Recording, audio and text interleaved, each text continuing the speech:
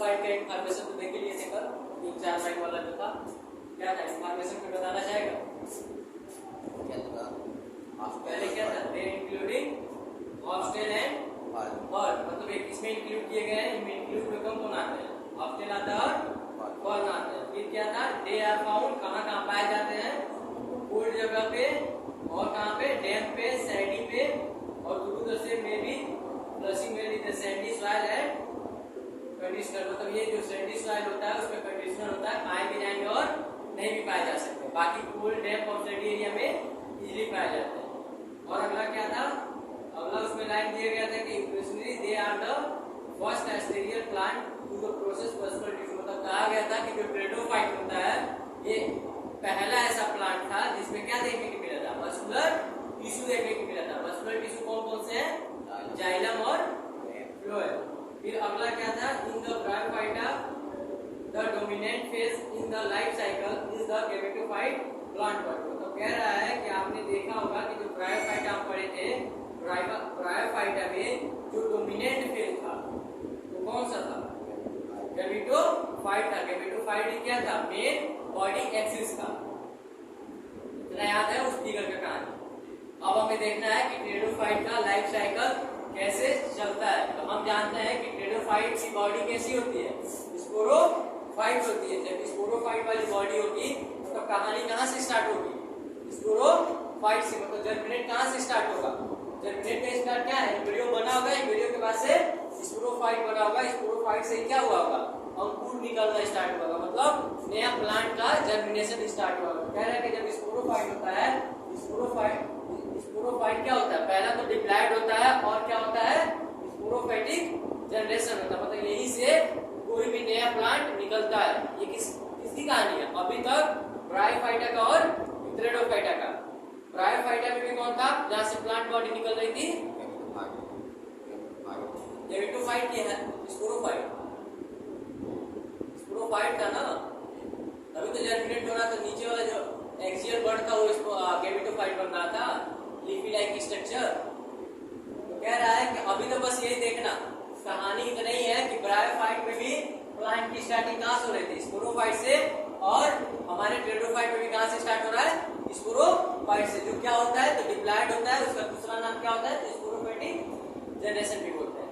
कह रहा है कि जब स्पोरोफाइट कन्वर्ट होता है किसमें? स्पोरोफिल्स में, क्योंकि अब डेवलपमेंट होगा ना, तो डेवलपमेंट होगा तो किसमें कन्वर्ट होगा? स्पोरोफिल्स। स्पोरोफिल्स दिखता कैसा होगा? तो लीफ लाइक, मतलब क्या होगा? एक तरह से लीफ होगा। यहाँ पे फ्रूट, लीफ और स्टेम और रूट देखने के लिए मिलेगा। कहाँ पे? टेरिडोफाइट में। वजह क्या है? यहाँ पे मस्कुलर टिश्यू भी प्रेजेंट है।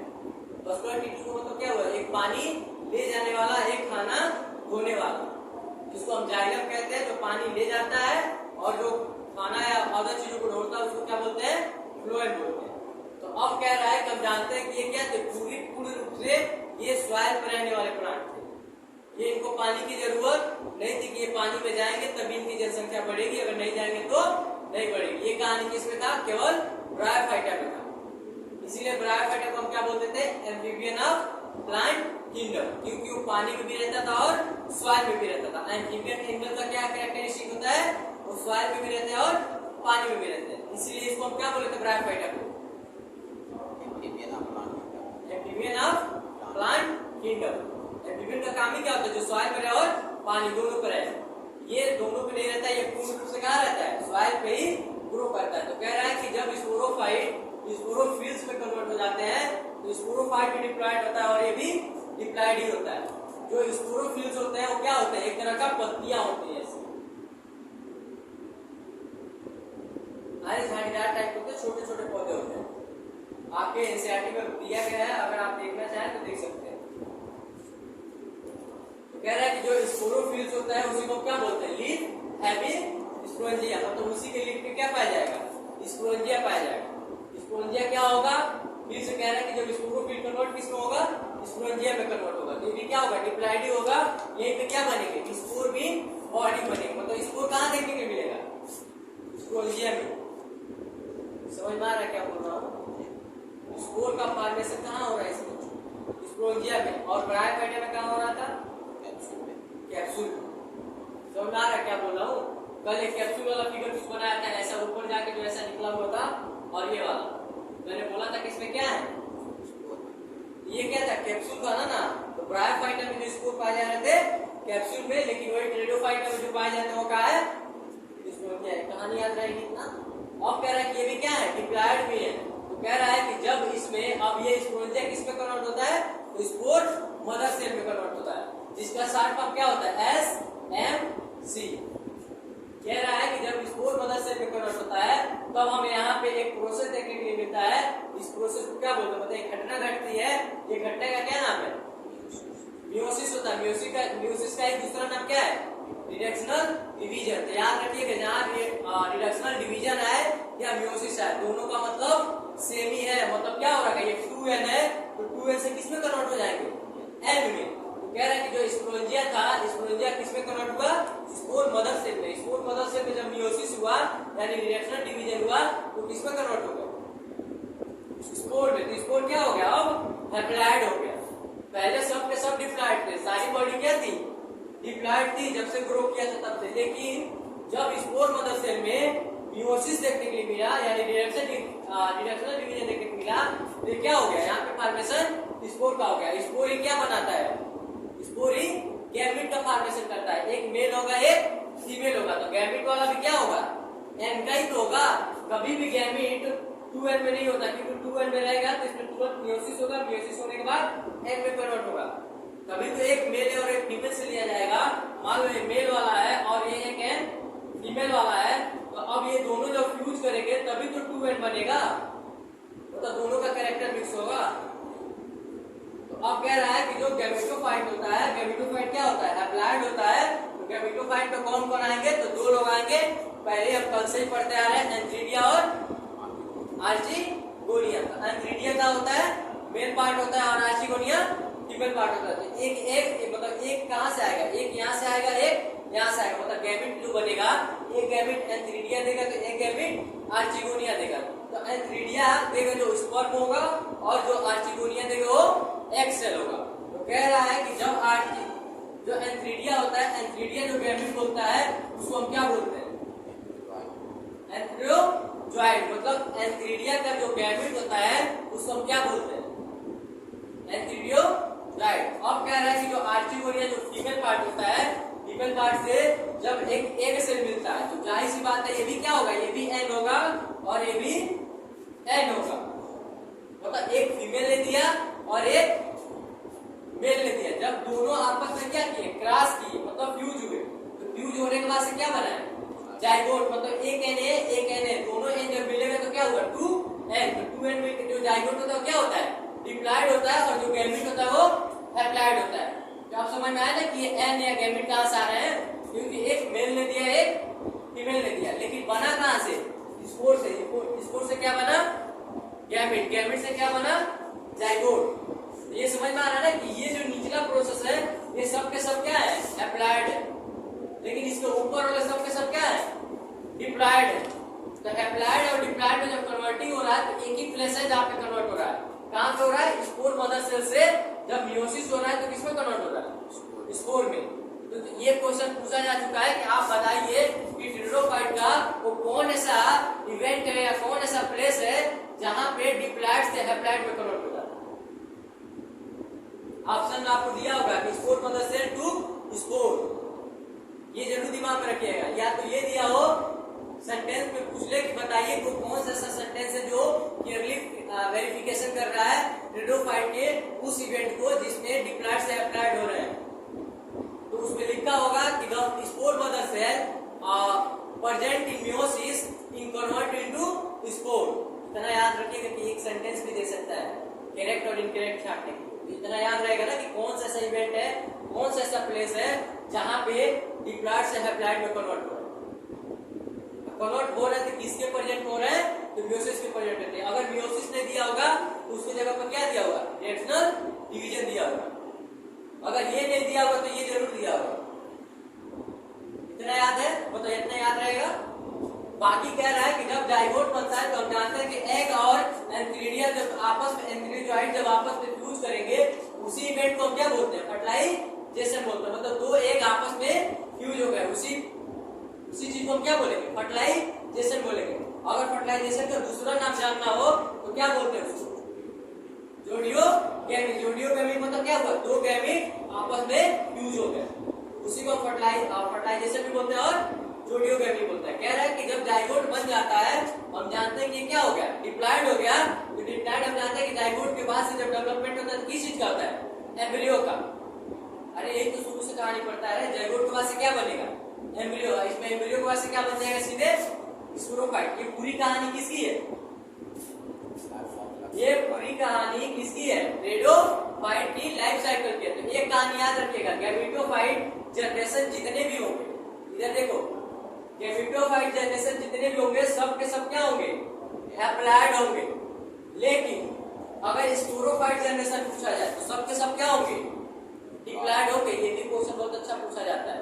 ये बताइए जो गैमेटोफाइट जनरेशन होता है वो मतलब हैप्लॉइड होता है या डिप्लॉयड होता है। आपसे ये भी पूछा जा सकता है कि स्पोरोफाइट जो जनरेशन होता है वो हैप्लॉइड होता है या डिप्लॉयड होता है। तो कहानी याद रखिए ना कि स्पोरोफाइट जो होगा वो डिप्लॉयड होगा और गैमेटोफाइट जो होगा वो हैप्लॉइड होगा। क्योंकि इससे ऊपर देखो सब के सब 2n है, यहाँ भी 2n है, यहाँ भी 2n है, यहाँ भी 2n है, यहाँ भी 2n है, यहाँ भी 2n है और यहाँ भी 2n है। लेकिन ये जो रेखा है नीचे मैंने अंडरलाइन थोड़ी सी की है, इसके नीचे सब के सब क्या है, गैमेट फॉर्मेशन हो रहा है ना।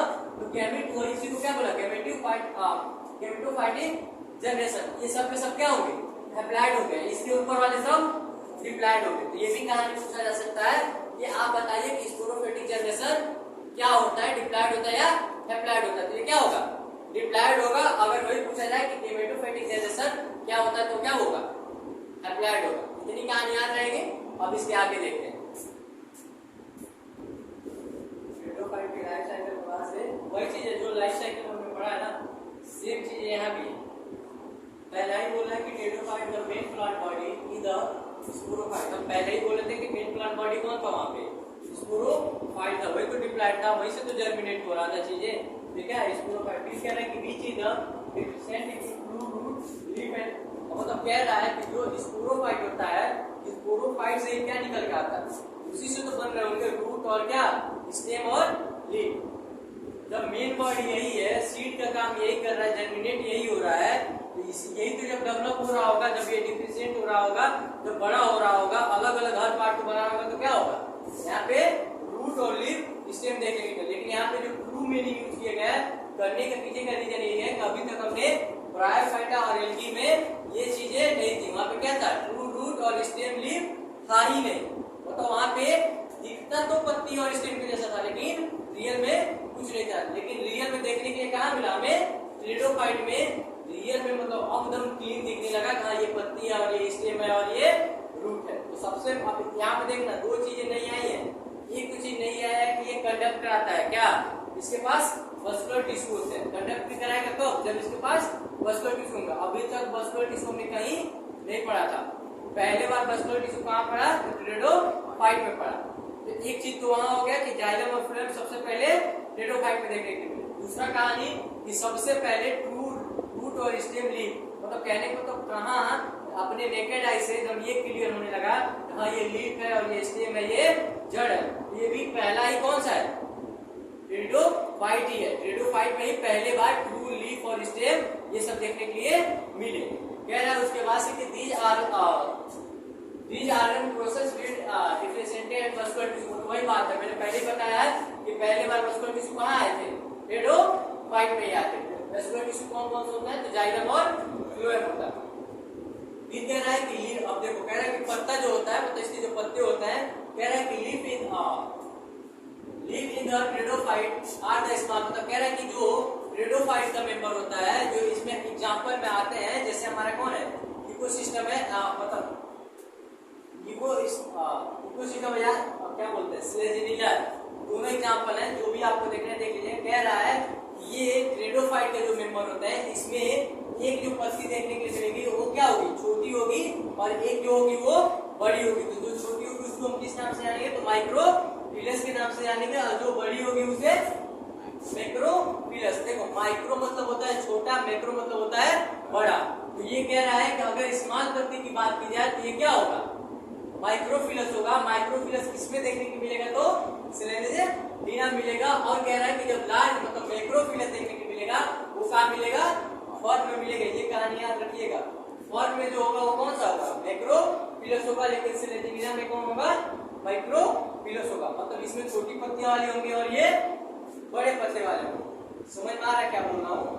मतलब दो टाइप के पत्ते दिखेंगे, किसमें, टेरिडोफाइट में। टेरिडोफाइट में जो अगर स्मॉल पत्ता दिखेगा उसको हम क्या बोलेंगे, माइक्रोफिलस बोलेंगे, और छोटा वाला बड़ा वाला दिखेगा तो मैक्रोफिलस बोलेंगे। छोटा वाला का एग्जांपल कौन सा है, जो सिलेजिना है, और वहीं पे बड़ा वाला का एग्जांपल कौन है, फॉर्म है। इतना कहानी याद रहेगा, ये नीट में पूछा जा चुका है। बड़े मतलब छोटे पत्ते वाला का एग्जांपल क्या है, बड़े वाले को क्या बोलते हैं। मतलब सिंपल में ये पूछा था कि माइक्रोफिलस का एग्जांपल क्या है, मैक्रोफिलस का एग्जांपल क्या है। समझ आ रहा ना? माइक्रोफिलस का एग्जांपल कौन है, सिलेजिना। लेकिन वही मैक्रोफिलस का एग्जांपल क्या है, याद रहेगा ना दोस्तों। अब कह रहा है कि they are used for the medicinal purpose and the soil boundary, they are the frequently grown are ornamental. मतलब कह रहा है कि इसकी यूज कहाँ होता है, जो मतलब टेरिडोफाइट होते हैं उसको हम नॉर्मली यूज कहाँ करते हैं। तो पहला कहाँ है, मेडिसिनल, मतलब हम इसके दवा के रूप में भी यूज करते हैं, मतलब ये मेडिसिन बनाने में भी हमें हेल्प कराते हैं। फिर कह रहा है कि दूसरा क्या होता है, सॉइल बाउंड्री, मतलब जहाँ सॉइल ज्यादा कटाव हो रहा हो या कुछ हो रहा हो उसको बचाना हो, कि अगर ये प्लांट लगा दे रही है तो वहां से मिट्टी जल्दी कटेगा नहीं, क्या करेगा, उसको बचा के रखेगा। फिर कह रहा है कि दे आर आल्सो, और किस चीजों में हम यूज करते हैं, तो ज्यादातर हम किस चीजों में, मतलब ये फ्रीक्वेंटली ग्रो, मतलब ज्यादातर लोग इसको मतलब ग्रो कराते हैं, ये किस काम के लिए, ओरिएंटल के, मतलब जो आप देखते हैं ना गाड़ी वाड़ी सजाया जाता है या घर और सजाया जाता है, तो सजावटी प्लांट जो होते हैं ना, सजाने के रूप में ओरिएंटल मतलब होता है सजावटी प्लांट, मतलब सजाना। तो लोग आजकल क्या कर रहे हैं, इसको फ्रीक्वेंटली ग्रो करा रहे हैं, मतलब नॉर्मली आजकल इसको कहीं भी ग्रो कराया जा रहा है, किस पर्पज के लिए, सजावट के लिए। समझ में आ रहा है? याद रखिएगा किस चीज के लिए हो गया, मेडिसिनल के लिए, मतलब दवा के रूप में हम इसको यूज कर रहे हैं, और किस चीज के लिए, सॉइल बाउंड्री, मतलब बाउंड्री ना कटे, सॉइल मिट्टी कटा होता है वो ना कटे, इसको भी बचाव के लिए। और आजकल लोग अपने फायदे के लिए, मतलब कहने का अपने एक क्या होता है फायदे, मतलब एक सजावट के लिए, जो आपने देखा होगा घर ना, घरों पे जो लोग पेड़ पौधे लगा देते हैं पूरा ग्रीनरी फील्ड बनाने के लिए, तो कह रहा है आजकल लोग फ्रीक्वेंटली ग्रो करा रहे हैं, किस लिए, और एक मेंटेन की मतलब सजावट के लिए। अब कह रहा है इसके बाद से कि जो स्पोरोफाइट होता है, बियर द स्पोरोंजिया, मतलब इसमें क्या निकल के आते हैं, स्पोरोंजिया निकल, कहानी में वही बताया था, स्पोरोफिलस से क्या बनेगा, स्पोरोंजिया, स्पोरोंजिया से क्या बनेगा, स्पोर मदर से, स्पोर मदर से क्या बनेगा, स्पोर। कहानी समझ में आ रहा है ना? तो अब वही कह रहा है कि sporophyte bear the sporangia that are the subtended by the leaf like appendage is called sporophyll. समझ में आया कि ये जो स्पोरोंजिया बन रहा है, बन किससे रहा है, अभी मैंने बताया था ना लाइफ साइकिल में, स्पोरोफिल से क्या बन रहा था, तो क्या वही बात बोल रहा है कि कह रहा है कि जो स्पोरोफाइट होता है स्पोरोंजिया बनाता है, लेकिन बनाने से पहले कौन सा एक प्रोसेस आता है, तो कह रहा है कि they subtended by the leaf like appendix, मतलब एक लीफ जैसा स्ट्रक्चर दिखता है, लेकिन उसको हम क्या बोलते हैं, स्पोरोफिल। याद रहेगा वहां तक, वही है जो आपने लाइफ साइकिल पढ़ा है ना, सारी कहानी लाइफ साइकिल का, बस एक लाइन ये वाला है, ये भी क्वेश्चन नीट में पूछा जा चुका है, ऑर्नामेंटल करके, कि मतलब ऑर्नामेंटल प्लांट किसे कहते हैं, या किस प्लांट किंगडम का मेंबर है, तो ये टेरिडोफाइट का मेंबर है। अगला लाइन देखो क्या बोला, कह रहे हैं कि इन सम केस स्पोरोफिलस में भी, अब देखो में लग रहा है ना, में form the distinct compact in structure is called the stromatolite. मतलब कह रहा है कि जब आप टेरिडोफाइट के मेंबर को देखेंगे तो उसके ऊपर मतलब पत्तियों से भी अलग स्ट्रक्चर देखने को मिलता है, जो कॉम्पैक्ट होता है, मतलब बहुत अलग सा दिखता है। उसको हम किस नाम से जानते हैं, स्ट्रोमोलाई और कोन के नाम से जानते हैं। और स्ट्रोमोलाई और कोन देखने के लिए किस प्लांट में मिलता है, उसका दो एग्जाम्पल है, पहला क्या है सिलेजिना, दूसरा क्या है ल्यूकोसिस्टम। मतलब अब देख लीजिएगा, पहले में क्या दिखा था हमें, कैप्सूल, अभी हमने इससे पिछले वाले पढ़ा तो क्या दिखा, बताओ, अरे इससे पहले सबसे पहले हमने क्या देखा था, थैलस लाइक बॉडी, दूसरे में हमने कैप्सूल देखा था, अभी इसमें हमने क्या देखा था, स्ट्रोमोलाई और कोन। कहानी याद रखिएगा, कोन ये देख लीजिए, स्ट्रोमोलाई और कोन दिख रहा है ना, ये किसका बनाया हुआ, ल्यूकोसिस्टम का। एग्जांपल भी क्या है, सिलेजिना और ल्यूकोसिस्टम। इसी में तो दिखेगा, कौन सा दिखेगा, स्ट्रोमोलाई और कोन, मतलब जो कैसा दिखेगा, जिसने कॉम्पैक्ट स्ट्रक्चर होगा, मतलब वो अलग होगा पूरे प्लांट बॉडी से, लेकिन बहुत ज्यादा कॉम्पैक्ट होगा, मतलब बहुत ज्यादा पैक होगा। अब कह रहा है इसके बाद से कि जो स्पोरेंजिया होता है प्रोड्यूस द स्पोर, ये कहानी हम वहां भी बताए थे। स्पोरेंजिया से क्या बनता है? स्पोर बनता है ना, मतलब स्पोरेंजिया स्पोर मदर सेल में होता है। स्पोर मदर सेल के बाद से क्या बनता है? स्पोर ही तो बनता है। कह रहा है कि स्पोर बाय द मियोसिस, मतलब कह रहा है कि स्पोरेंजिया में क्या ऐसा प्रोसेस होता है कि स्पोर बनता है? तो क्या होता है? मियोसिस होता है in the spore mother cell, मतलब इसमें हो रहा होता है स्पोर मदर सेल में मियोसिस देखने के लिए मिलता है, जो क्या फॉर्मेशन करता है? स्पोर। अब समझ में आया? ये सेंटेंस लिखा ऐसे है, लेकिन कहानी कैसे है? स्पोरेंजिया कन्वर्ट किसमें होगा? स्पोर मदर सेल में। स्पोर मदर सेल में क्या होगा? मियोसिस होगा या रिडक्शनल डिवीजन होगा। फिर वो जब रिडक्शनल डिवीजन या मियोसिस होगा स्पोर मदर सेल में, तो क्या बनाएगा? स्पोर। यही कहानी को पढ़े थे हम। अब इसके आगे मैं बोला हूं ना, वही है जो हम लाइफ साइकिल पढ़े हैं, अगर वो भी आपको अच्छे से आता है, ये सब आते हैं। 2-3 लाइन याद करना है। क्या? एक मेडिसिनल प्लांट होते हैं और बाकी 2-3 चीजें हैं। बाकी एक नया चीज क्या देखने को मिला है? वस्कुलर टिश्यू तो मालूम ही है, और इसमें नया क्या आपको देखने को मिला? ट्रू रूट और स्टेम और लीफ, मतलब पहले बार सही मायने में देखा जाए, मतलब हमने देखा कि ये पत्ता है और ये स्टेम है और ये रूट है, लेकिन इससे पहले हम लुक लाइक बोलते थे, मतलब दिख रहा है लेकिन है नहीं, लेकिन इसमें एकदम ओरिजिनल देखने लगा। हाँ यही है। अब पहला ऐसा प्लांट है जो फुली सॉइल पे रहना स्टार्ट किया, मतलब 2-3 चीजें हैं जो ये इससे नई चीजें। अब कह रहा है इसमें स्पोरेंजिया वाला कह रहा है कि the spore germinate to the give arise the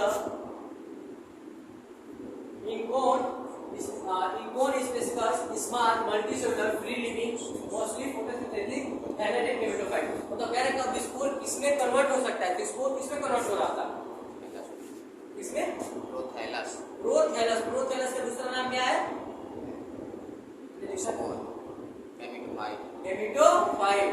मैं लिखा था यहाँ पे, मैं वो चीज बोला नहीं था, बस गेमेटोफाइट बोला था, लेकिन ये मीनिंग हमने यूज नहीं किया था वहां पे, लेकिन नीचे लिखा था इसको। ये याद रखिएगा कि जो स्पोर होता है वो स्पोर के दूसरे किसमें कन्वर्ट होता है? तो गेमेटोफाइट या प्रोथैलस में होता है। तो कह रहा है कि ये कैसा होता है? तो गिव अराइज इन स्पेसिकस, मतलब ये इन स्पेसिकस मतलब क्या होता है? स्पष्ट रूप से। फिर क्या होता है? छोटा होता है, मतलब स्पोर होगा ही कितना? बहुत छोटा होगा। फिर कह रहा है ये सिंगल सेल का नहीं होता, क्या होता है? मल्टीसेलुलर होता है, और ये फ्री लिविंग होता है, मतलब ये किसी पे डिपेंड नहीं होता है, वातावरण में से फ्री दिखने के लिए मिल जाएगा। और कह रहा है कि मोस्टली क्या होते हैं? ज्यादातर फोटोसिंथेसिस वाले होते हैं, मतलब भोजन बनाएंगे ना। फिर कह रहा है कि ये थैलाइड बॉडी जैसा दिखेगा, उसको हम क्या बोलते हैं? थैलाइड गेमेटोफाइट स्कार्ड, उसी को हम क्या बोलते हैं? इस पूरे प्रोसेस को प्रोथैलस बोलते हैं। अब कहानी समझ में आएगा कि गेमेटोफाइट जो हम बोल रहे थे उसी में क्या बनता है? उसी को दूसरा नाम क्या है? प्रोथैलस है। वो लाइफ साइकिल अगर याद है आप, ये सब चीजें याद।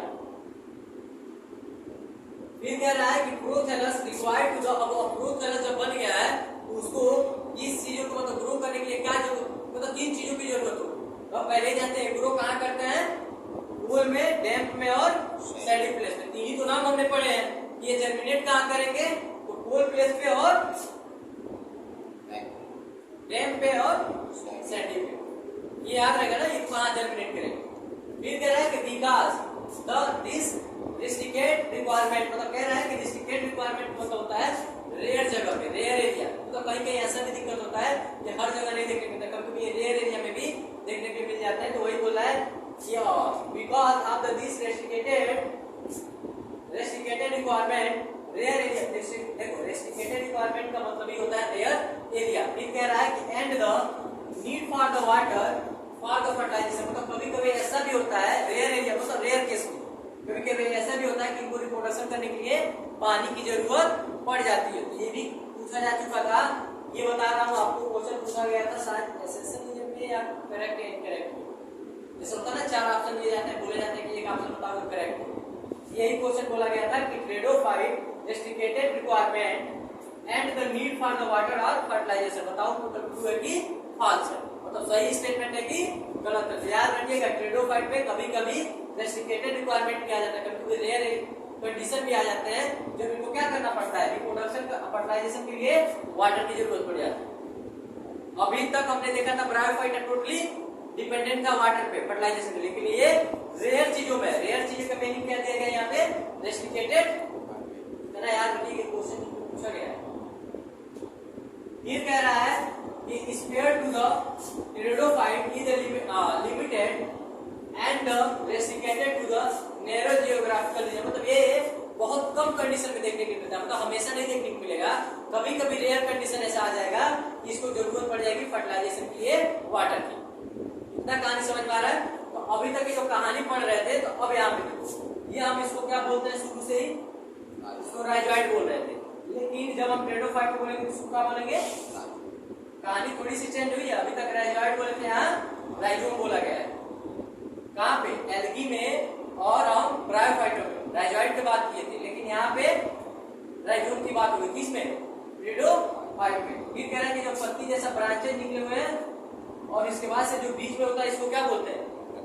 इंटरनोड। मतलब दो नोड के बीच के दूरी को क्या बोलते हैं? इंटरनोड बोलते हैं। फिर बोल रहा है ये इंटरनोड भी होता है, तो पत्तियों पे नोड निकले होते हैं ना, तो कह रहे हैं कि जो पत्तियों के किनारे होते हैं उसको क्या बोलते हैं?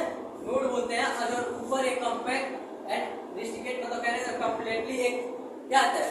कॉम्प्लेक्स बॉडी देखने को मिलता है, जो पूरे बॉडी आर्गन से अलग है, उसको हम क्या बोलते हैं? बताओ, स्ट्रोबिलस है स्ट्रोबिलाई, दोनों नाम सेम है, याद रखिएगा। स्ट्रोबिलस भी आ जाए चाहे स्ट्रोबिलाई भी आ जाए, दोनों नाम सेम है। तो कह रहा है कि स्ट्रोबिलस और उसी को हम क्या दूसरे किस नाम से आते हैं? तो उनके नाम से आते हैं। ये हुआ हमारा टेरिडोफाइट का केवल इंफॉर्मेशन। अब हम इसका पढ़ेंगे क्या? रिप्रोडक्शन। समझ आ रहा है ना? अभी तक हमने इंफॉर्मेशन केवल जाना, अब हमें जानना है रिप्रोडक्शन।